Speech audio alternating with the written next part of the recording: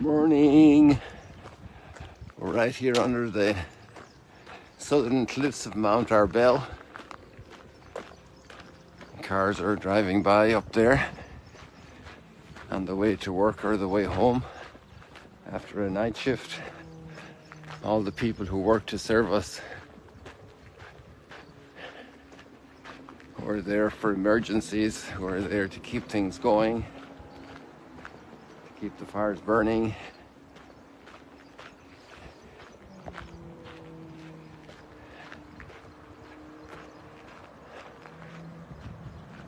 It's a nice brisk morning here, or a morning for walking briskly. Any moment we should be seeing the sun disk. It's still echoing in my heart what a mother wrote to me recently and said, "In the house of my daughter, it's a war worse than Gaza." I like the form, the grace of these reeds here, aren't they nice?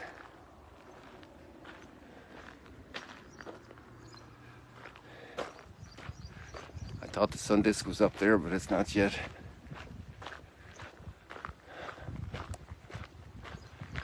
So many different forms of palm trees. We should get that there and lined up with the sun. Doesn't work too well. Have to go back further.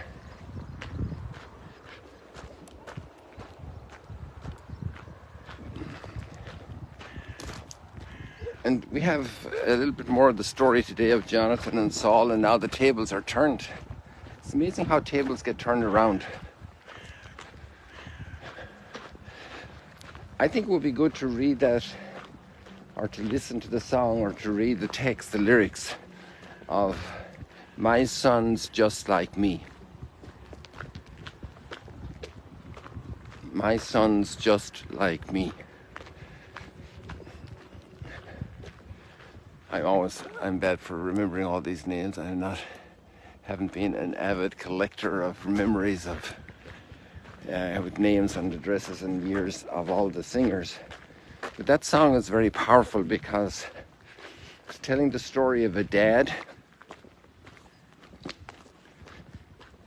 who is always giving a negative to his son, in the sense the son wants to go and play ball, and the dad says, "I gotta meet him." And then the son another day says, "Dad, let's go on a bicycle ride." Son, I'd really love to, but I have to catch a plane for a meeting.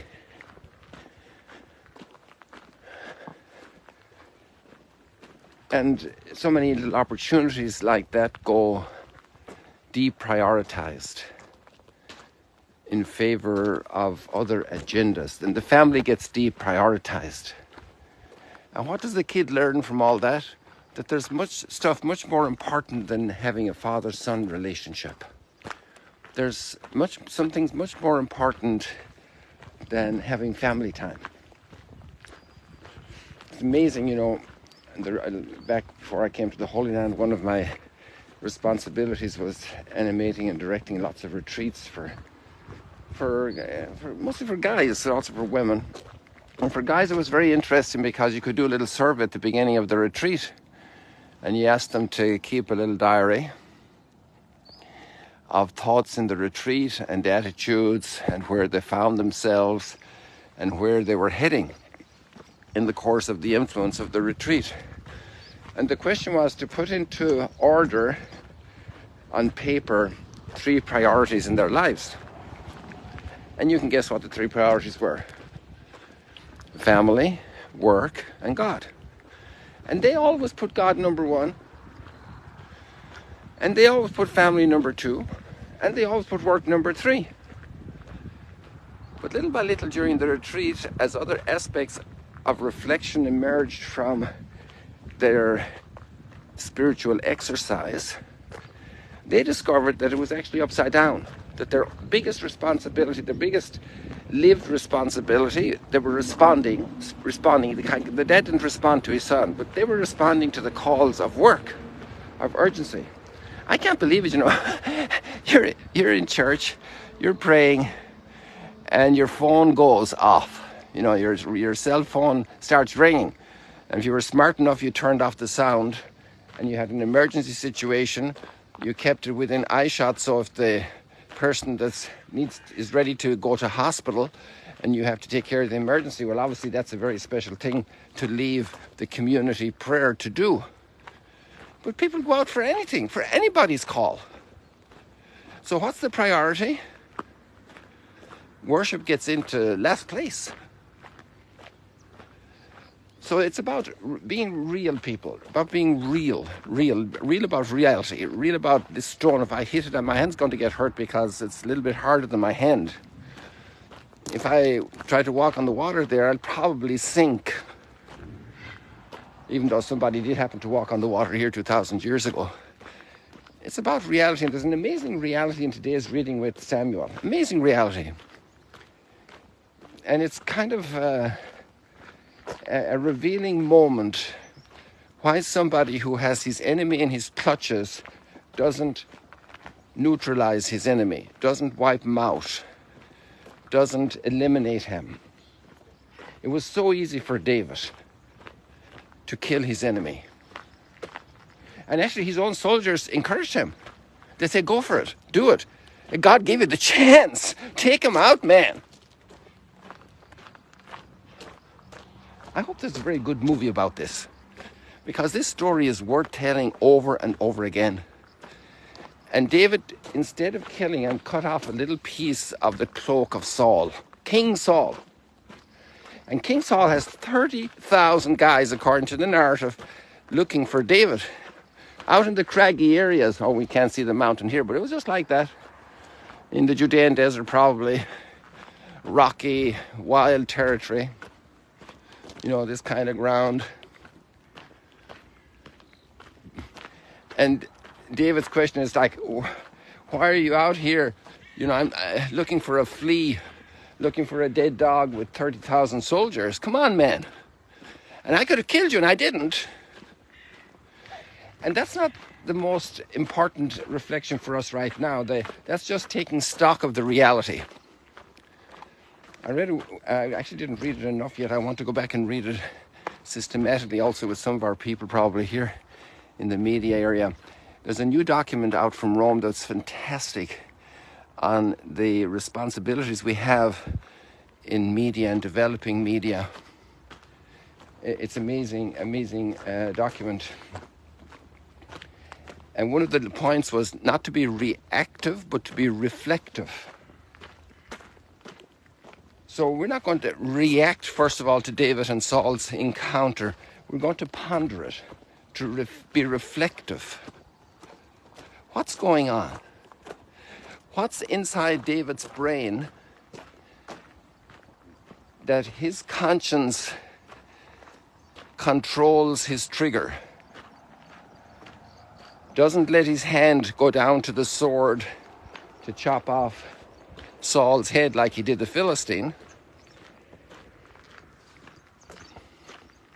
What's going on in David's? I want you to read it.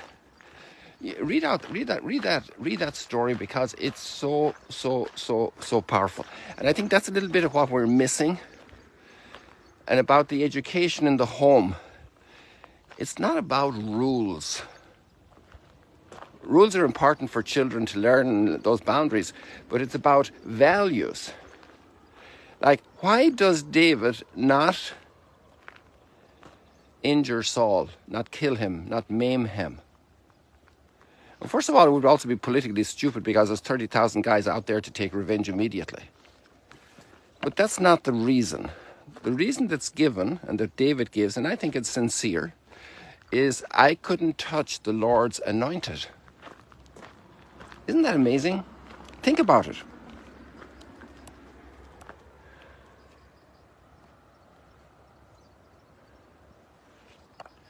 I can't touch the Lord's anointed.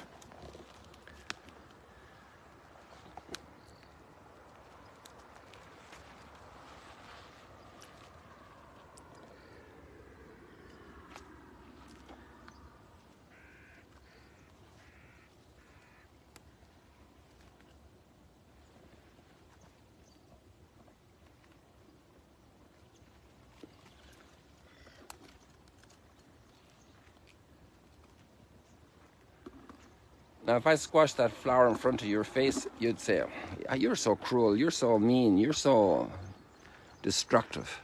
It's just a flower. In 2 days' time, it'll be probably like some of the other ones here, all bashed up, like falling apart. Like this one here is severed from its spot, doesn't have long more to exist. Some of them are beaten up, you know. Like this one is a little bit more beaten up in here at the back. And just give them another couple of days, and they'll be garbage. And you don't want me to beat up on that flower? Of course not. With lack of sensitivity, why be destructive? Our culture has become so destructive. Oh, look at what's going on there. Is that an insect?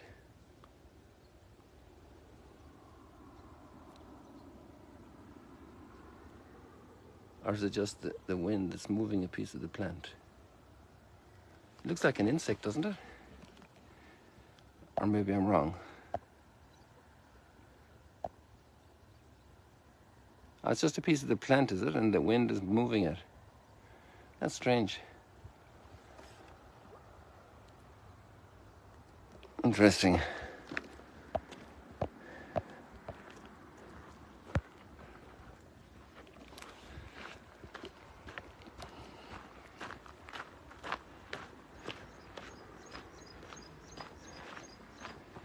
I cannot touch the Lord's anointed.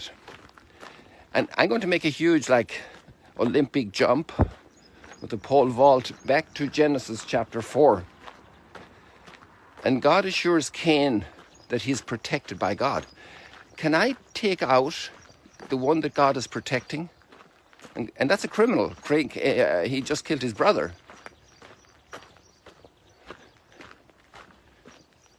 What's in our hearts, people?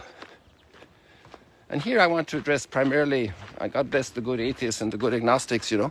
But those of us who have been blessed by years of reflection and contemplation of scriptures, it takes a long time for our hearts to get changed.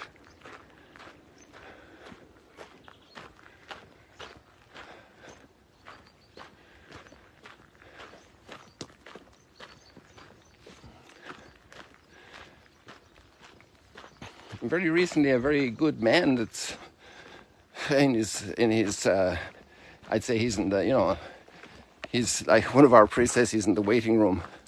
He's 85 years old. He's in the boarding room waiting to board the plane for eternal life, you know. And this guy is a very mature guy. He has seen a lot. He has helped thousands of people. And yet there was a gleam in his eye when he was commenting how some dangerous people were neutralized. And this guy is deeply formed also by the gospel thinking. But you know, because we have such a good friendship, I was able to challenge the guy in a nice way, you know, and say, hey, what are you saying? Is any parent happy when their child is in drugs or addicted? Because maybe they themselves have their own substance abuse problems. Maybe they themselves also know that maybe that the upbringing that they gave the child wasn't the best, that the environment wasn't the best. Maybe that parent was also under a lot of pressure, a lack of support, but also maybe some selfishness. My child's just like me. My son's just like me. And this isn't about a guilt trip. This is about waking up finally to reality, because if you never woke up, then you go to your grave and you wouldn't have woken up. And that'd be a pity. Because if we wake up to problems in the past and our role in them, well, we can try to correct course, and we can try to make amends, and we can try to bandage wounds, and we can try to bear with the horrible suffering it entails for us, and become holy saint through that. A true person completely of God. To see the God dimension in people. God's plan for people. You know, one thought that came to me this morning pondering this was, I wonder what surprise has God in heaven for us when we meet the Down syndrome people we knew here in this world, maybe they're going to be shining much more brightly than we are. And I have one little proof of that possibility. I don't know if you want to call it a proof, but it is the following. At an ordination in Rome, in which I participated, it was, what was it? Probably a couple of years after my own ordination. And there was a family that actually had four priests, four brothers were priests, and a sister was a Carmelite nun. And in that ordination, one of the brothers was ordained. And the youngest boy was, I'm not sure if it was Down syndrome. I'm terrible for remembering exactly the names because there's a variety of issues there, you know, in these phenomenon. But this guy was pretty incapable of much, you know, responsible economic activity, let's say. He was more on the consumer end of things, and the family was providing completely for him. But when he came out of that church at the end of the ceremony, he was beaming with more joy than everybody else put together. What type of radiance are the Down syndrome people going to have in heaven?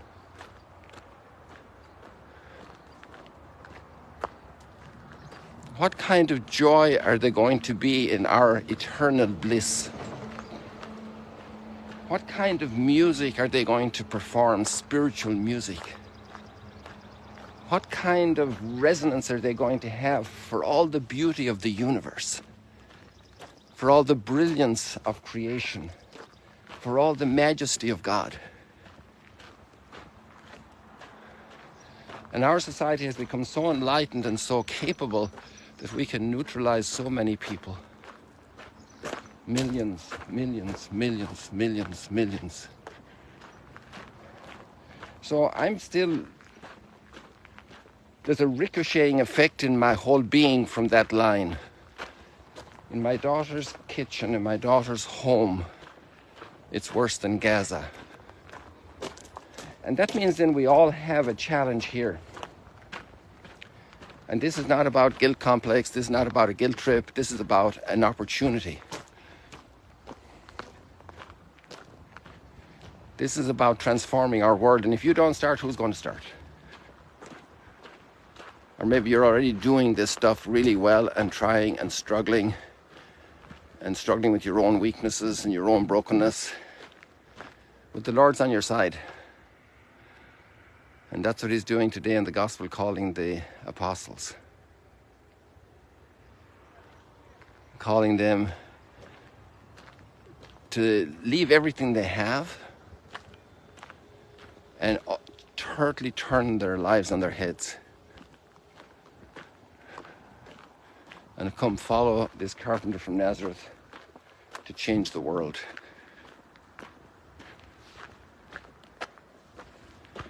People, what a beautiful morning. God bless you. See you later, alligators. God bless you on this Friday. Climb up the mountains, go out for a walk. Call your friends, call somebody who's sad that needs encouragement. Kick the bad habit, as you're going to be a huge contribution to the world. Somebody's out here on a little sea vessel. It sounds like a big ship, right? Let me see if I can zero in for you. Yeah, there we are. Contemplating sunrise. Or are they the fishermen? I think there's only one person, so I doubt that's a fisherman, because they usually go out in twos. People, God bless you. We had a lot of groups yesterday from different places. Amazing.